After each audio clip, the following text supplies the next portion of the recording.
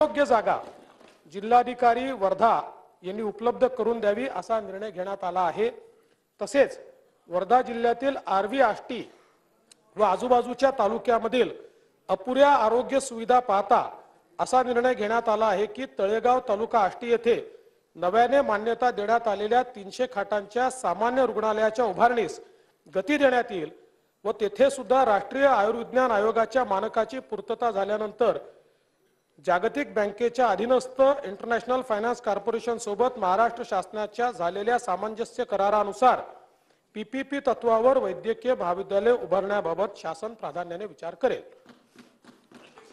अध्यक्ष महोदय, नाही, माननीय देवेंद्रजी फडणवीस साहेब आणि सरकारचं या ठिकाणी मी धन्यवाद देतो की आपण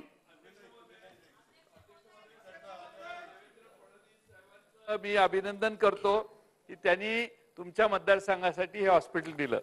पण अध्यक्ष महोदय कधी दिलं? ठासून तुमचा आग्रह धरला म्हणून दिलं, म्हणून त्यांनी येऊन या ठिकाणी घोषणा केली याबद्दल आभारी आहे।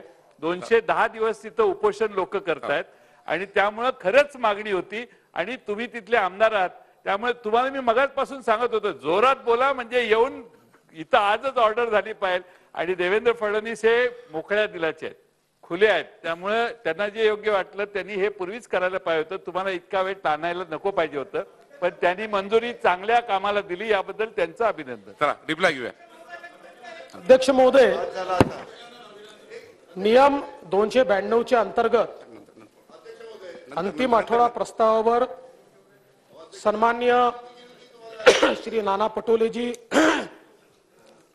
मी जरा सभागृहाची माफी मागतो, माझा आवाज बसलेला आहे, अमित साटमजी, सन्माननीय श्री अनिल देशमुख साहेब, श्री रवींद्र वायकरजी, श्रीमती प्रतिभाताई धानोरकर, सन्माननीय श्री सुनील राणेजी, श्री सुनील टिंगरेजी, श्री प्रकाश फातर्पेकरजी, श्री अबू आजमी जी, श्री अमीन पटेल जी, सन्माननीय मनीषाताई चौधरी, श्री रोहित पवार जी, श्री राम कदम जी, श्री रमेश कोरगावकर जी, श्री बळवंत वानखेडे जी, श्री जयकुमार गोरे जी, श्री सुनील भुसारा जी, श्री सचिन कल्याण शेट्टी जी, विक्रम सावंत जी, श्री कैलाश पाटिल जी, श्री रवींद्र धनगेकर जी, श्री रमेश बोरनारे जी, श्री वैभव नाईक जी, ॲडव्होकेट राहुल कुल जी, सन्माननीय विरोधी पक्षनेते विजय वडेट्टीवार जी, सन्माननीय जयंतराव पाटील जी आणि सन्माननीय जितेंद्र आव्हाड साहेब, या सर्व सन्माननीय सदस्यांनी या ठिकाणी आपलं म्हणणं मांडलं, आपलं मत या ठिकाणी व्यक्त केलं। खरं म्हणजे ज्यांनी प्रस्ताव मांडला ते आता नानाभाऊ आमची या ठिकाणी नाहीत, पण मला एका गोष्टीचं आश्चर्य वाटतं,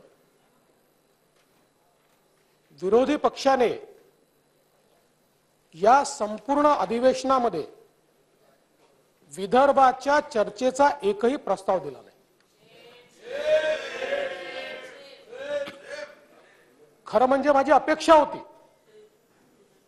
की अंतिम आठवडा प्रस्तावात तरी विरोधी पक्ष, आणि जर तुम्ही नागपूरच्या अधिवेशनाचा इतिहास काढून बघितला तर किमान अंतिम आठवडाचा जो प्रस्ताव असतो हा विदर्भात तरी विदर्भाच्या चर्चेचा विरोधी पक्षातर्फे दिला जातो। आणि मला अपेक्षा होती की आमच्या विदर्भाचे सुपुत्र असलेले विजयभाऊ वडेट्टीवार हे विरोधी पक्ष नेते आहेत,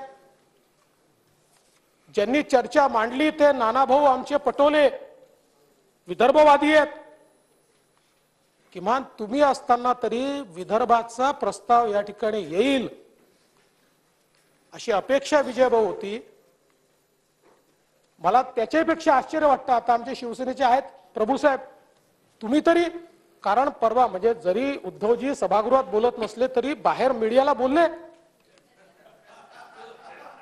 आणि त्यांनी सांगितलं की विदर्भाच्या प्रश्नावर चर्चा झाली पाहिजे।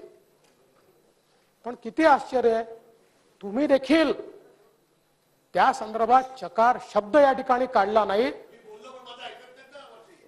म्हणजे उद्धवजी नायक, अच्छा, मग उद्धवजींना सांगतो तुमचं ऐका म्हणून. पण मला या गोष्टीचं मी अतिशय खेद व्यक्त करतो की विदर्भामध्ये अधिवेशनाला आलेल्या विरोधी पक्षाला विदर्भाचा सपशेल विसर पडला, ही खरोखर अतिशय चिंताजनक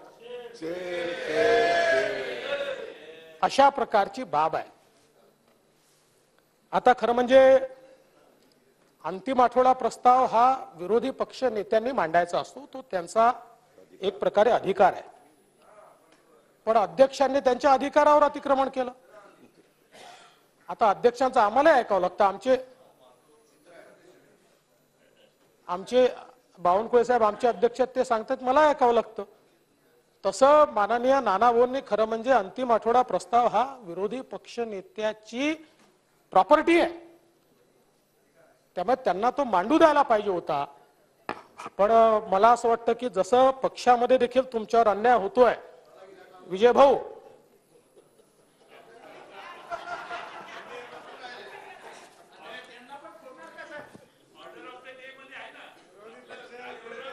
हा